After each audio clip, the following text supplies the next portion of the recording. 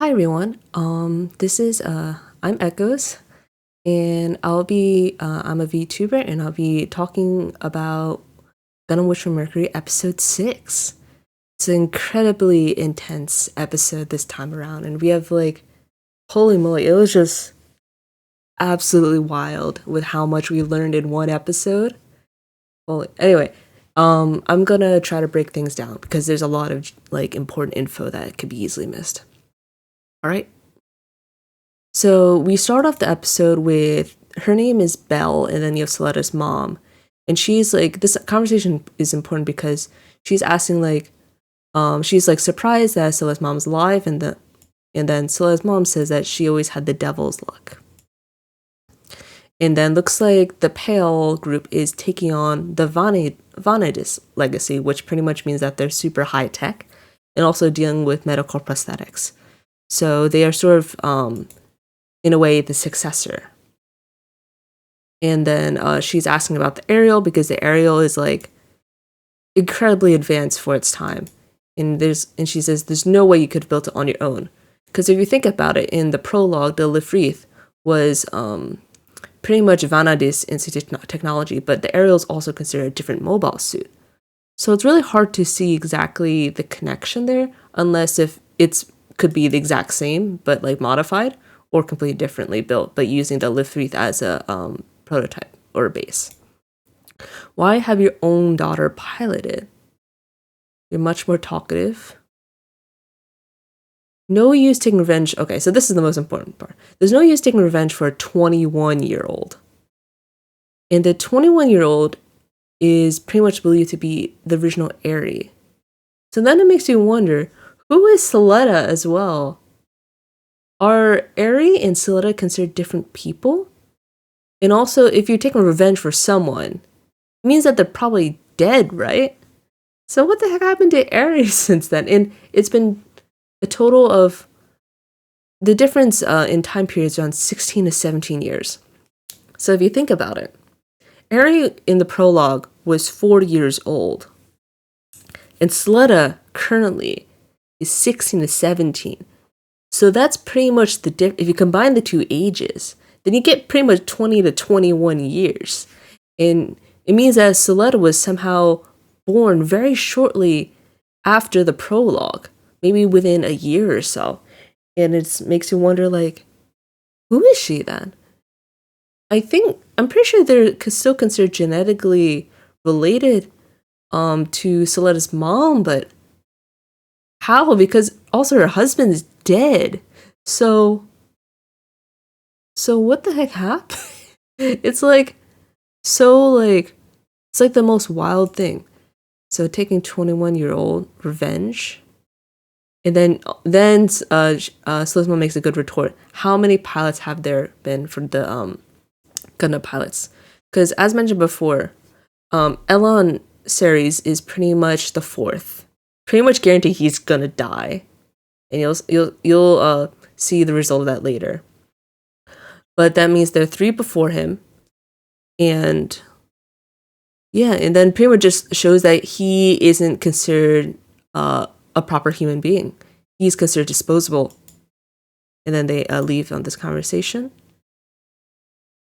And yeah, they pretty much just revealed that lady being part of the Pale group and stuff.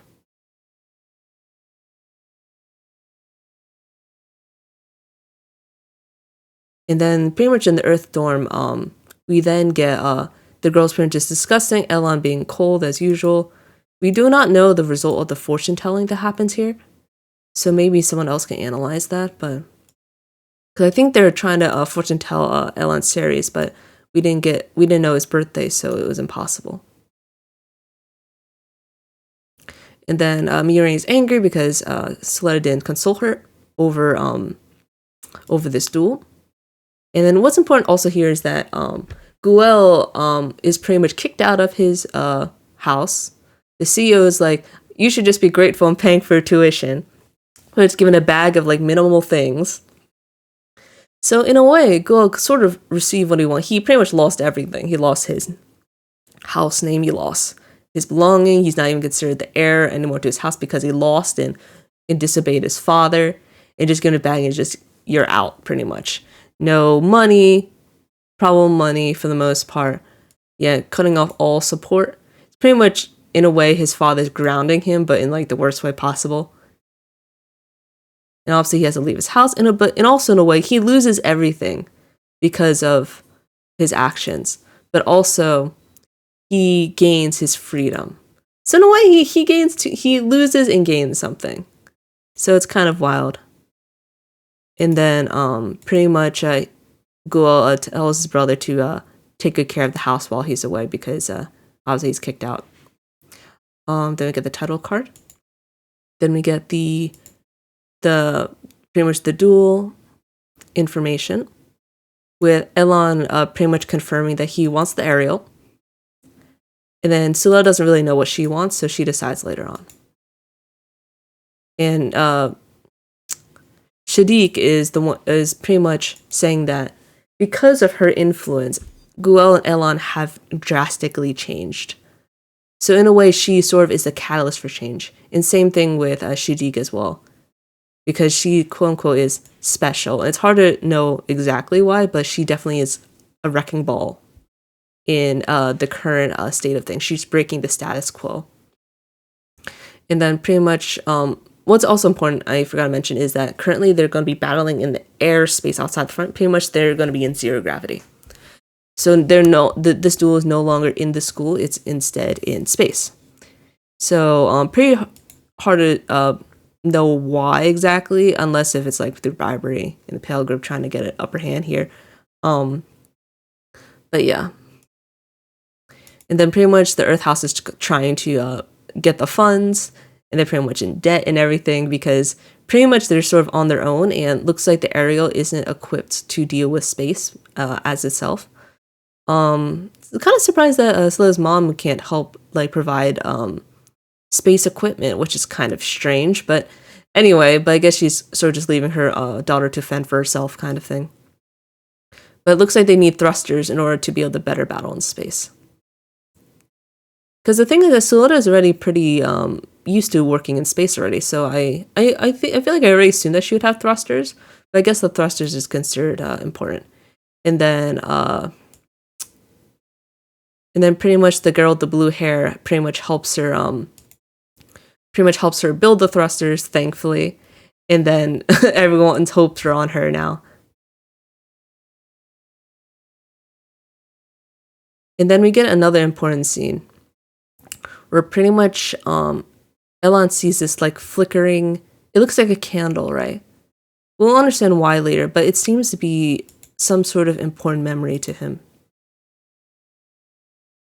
But it's like at the back of his memory. So in a way, it feels like for some reason he somehow lost a lot of things. Somehow. And then pretty much doesn't interfere with the tests. How are the results? So you have no problem in the next battle. Means I won't survive. So it pretty much looks like he's living on borrowed time, or otherwise his body is not able to take the strain of the Gundam technology anymore. Means that I won't survive after that. It looks like she has become fond of him for whatever reason. Oh yeah, and this is important. So now we get this dude. You can see he has the same, and it's been a while, me. That's kind of crazy. He seems to be the quote-unquote true heir of the Pale House. Gloomy as ever. You're my surrogate, you know. So pretty much it means that this guy, the guy we've always known is taking the role of this dude for some reason. Can you act a bit more cheerfully? Oh wow. Came to pay my respects. I'm gonna do the holder. The company ordered me. It wasn't my idea. So in a way, it pretty much just shows that these two are distinctively different people. But don't be like that. There's something in it for you after all. So if you get us a bride, we'll give you your face back to you. Your face back. That's like kind of crazy. Like, it means that it makes more sense.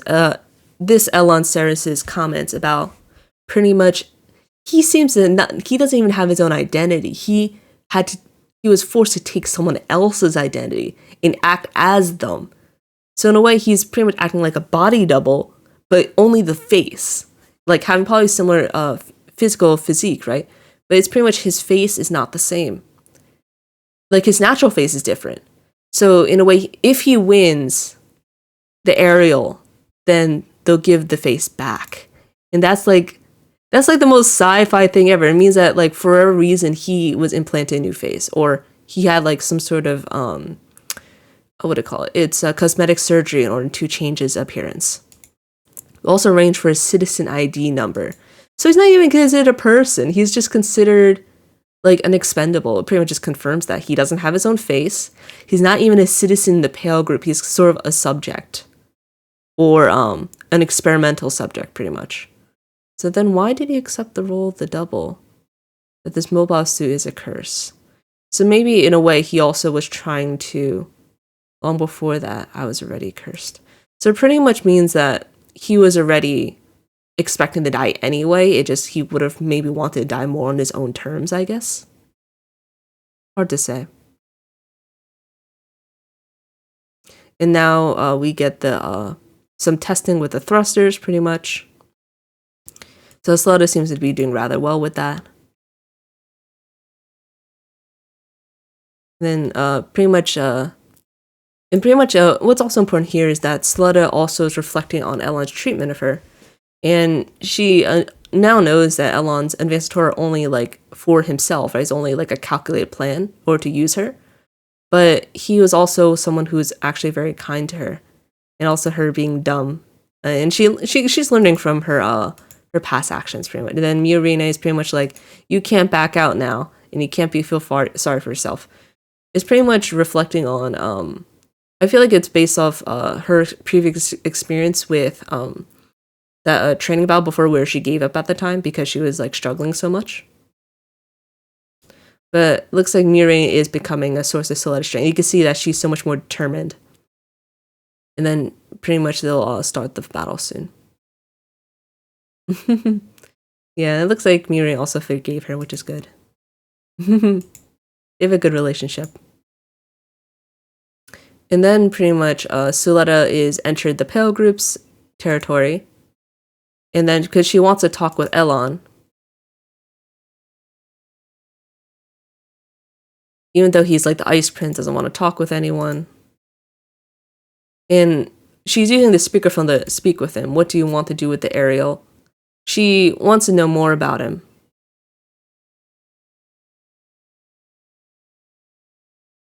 But then she sings Happy Birthday to him, which seems to be a very important song. It's pretty much related to the title of the episode, and also related to his memory that he can't remember properly. I think it all signifies the importance of birthdays, about it meaning a celebration of yourself, and also being grateful for your existence as well. It's a very, very important thing. What do you make today your birthday? Interesting. Because he doesn't know his birthday, and she believes that it's incredibly important. And then now they start the duel pretty much. They all look so good, 2D Max. And then they both launch. And this is also the first proper space battle so far we've gotten. The others have been landlocked because they're all in the school. Then this guy is officially confirmed to take over from his brother for the Jeturk house. And then they both duel, and what she decides is that she wants Elan to tell him about himself. So that's her what she wants. I really enjoyed seeing her determination here. Nor by the skill of the pilot alone. So pretty much, I'm not really going to cover the battle too much, but pretty much, oh yeah, also this part. I'm a disposal pawn created for the Gundam's sake. So he already knows that he's not really considered worthy as a human being. And also, it's also you're more mean student than I thought. So it's also one of the only times he actually ever shows his emotions. You have everything. Friends, family. a past and a future, a wish things of things to do, even hope. So he pretty much has always been in despair.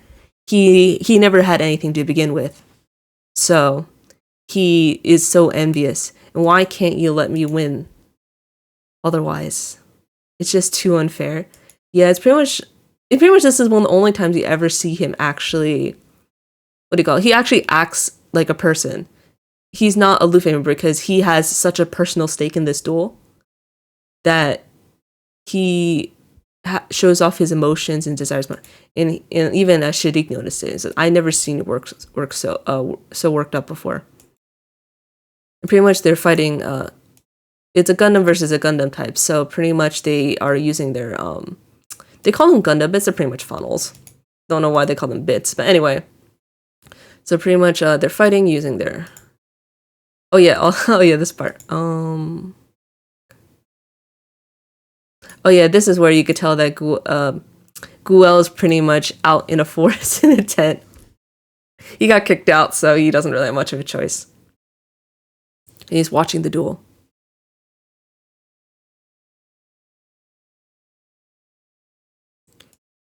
And also, he relates to some sort of alloy.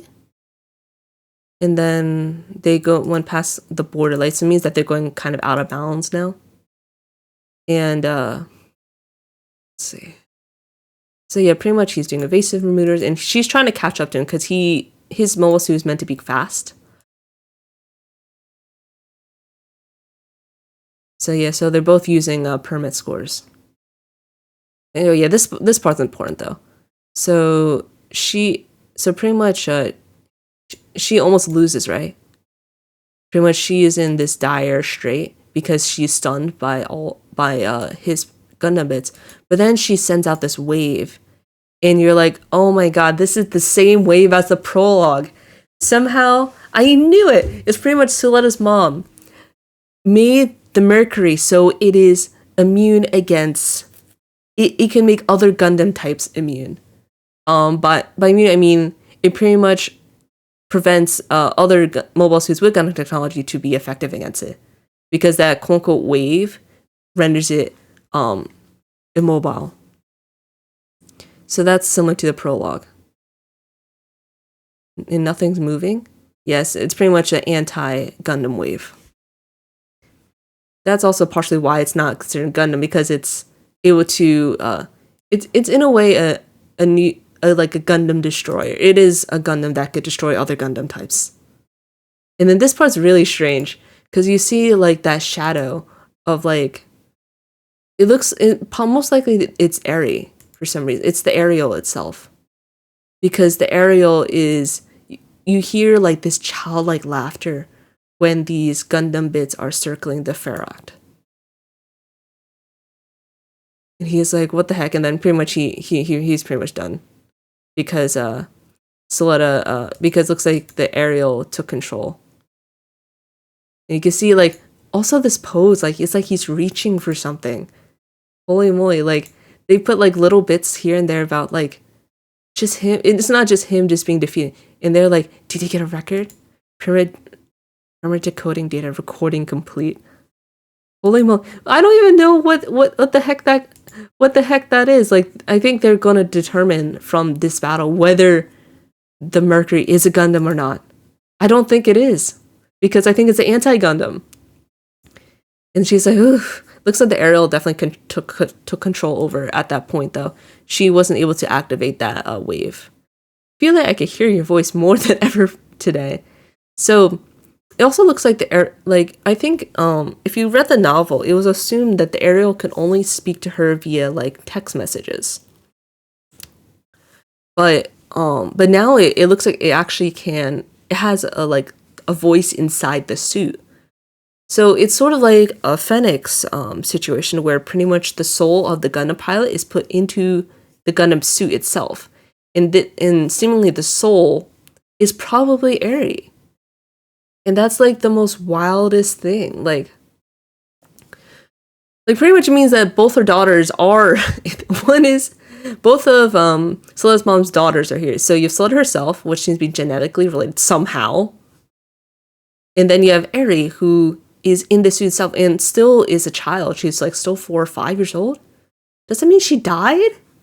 And that somehow her soul's it's hard to say what's going on here. And honestly, like Soletta's mom only knows the truth where the soul is in the suit, where most people think that's like magical BS, but holy moly. And then Suletta rescues Elan as well. And this is where he remembers that memory of pretty much his mother celebrating his birthday. You can see that she looked completely different from him, right? It knows that it confirms that this is definitely not his own fate. He should have brown hair, and that his mother was celebrating his birthday, and that's the importance of that like golden light. And he's like, I never knew, and he never knew that he was valued by someone because he's always been considered expendable. It's such a sad thing. It was your sake to learn about me, right? I did have someone long ago. Someone who would celebrate my birthday. At the time, all this time I thought she didn't have anything. And she's like, I'll celebrate your birthday with you. And this is also one of the only times he properly acknowledges her. Because he lost. But also, he respected her for wanting to validate his existence. And then Mirai is like, I could tolerate minor 2 timing. That's funny, she's being flexible. And then they're waiting to meet up with him. But then you can see here, it's not the case. Because an enhanced person who can't carry it has no future. So pretty much Elan is done for. Because he lost, he no longer is considered useful to the Pale group anymore. And then now, next we'll get experimental subject number 5. Most likely. And we still have spares, so pretty much there's other people who could be used. Because if you think about it, when you saw Elan's flashback, it was as if he was in the slums.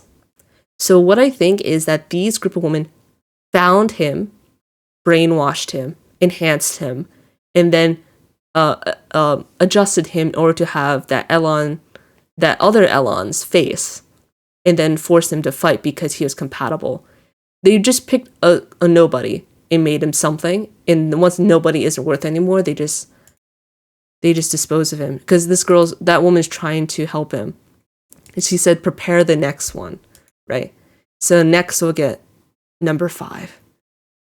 And he's saying the happy birthday song, and then you see that this is literally an incinerator. He's literally dead. There's not even a question.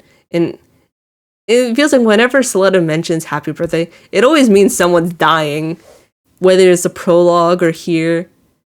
And then it's pretty much confirmed that the gloomy song is the birthday song.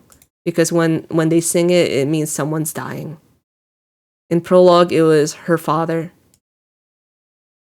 Or it was like, was it her father? I don't even know. It's like Eri's father, at least. And then you get, then Elan pretty much dies. 10-10. Beautiful day in the school, and he's confirmed dead. And then at the end, we pretty much get the next title card, Shall We Gundam. Pretty much it is narrated by Soletta's mom, Lady Prospera. So there's that. Let me see. I just need to see that opening song again, because there's a mention of it was like this very brief screenshot involving the mom that I thought was important. Let me look at it real quick. Yeah, so okay, so pretty much you could see that what's the word? So you saw the moment with the mom, right? The mom, Eri. Eri's always that little girl's always with the suit. It's like they're inside. So it's pretty much confirmed that Eri and the suit are the same. We always assumed that before that Eri was actually just Suletta, but like younger. But in reality, they're different people. And then you wonder who even is Suletta. And oh my god, this is like the wildest thing. It's like they're not even probably clones. They're literally daughters of Lady Prospera, but one is in the mobile suit and one is a still normal person. Oh my god. I don't know. It's crazy. They literally somehow put a person in a robot. I'm like, man, they're doing a Phoenix again. Anyway, it's a wild episode, and I don't even know what's going to happen in episode 7 anymore. Shall we Gundam? I'm pretty sure the truth is going to be revealed whether the Ariel is a Gundam or not, because they have the battle information now from this recent battle. Elan's dead. Guel is homeless. Oh my god. And also just one last thing. Just a reminder that next week's episode will not be a episode 7. It will be a recap episode. So just please keep that in mind. I may not cover it if there's no new information in the recap. And then afterwards, my reaction may be a little late just because I'm attending an anime convention then. But yeah, I'll talk about that later. But anyway, thanks for watching, everyone, and hope you guys enjoyed that. Such a good episode.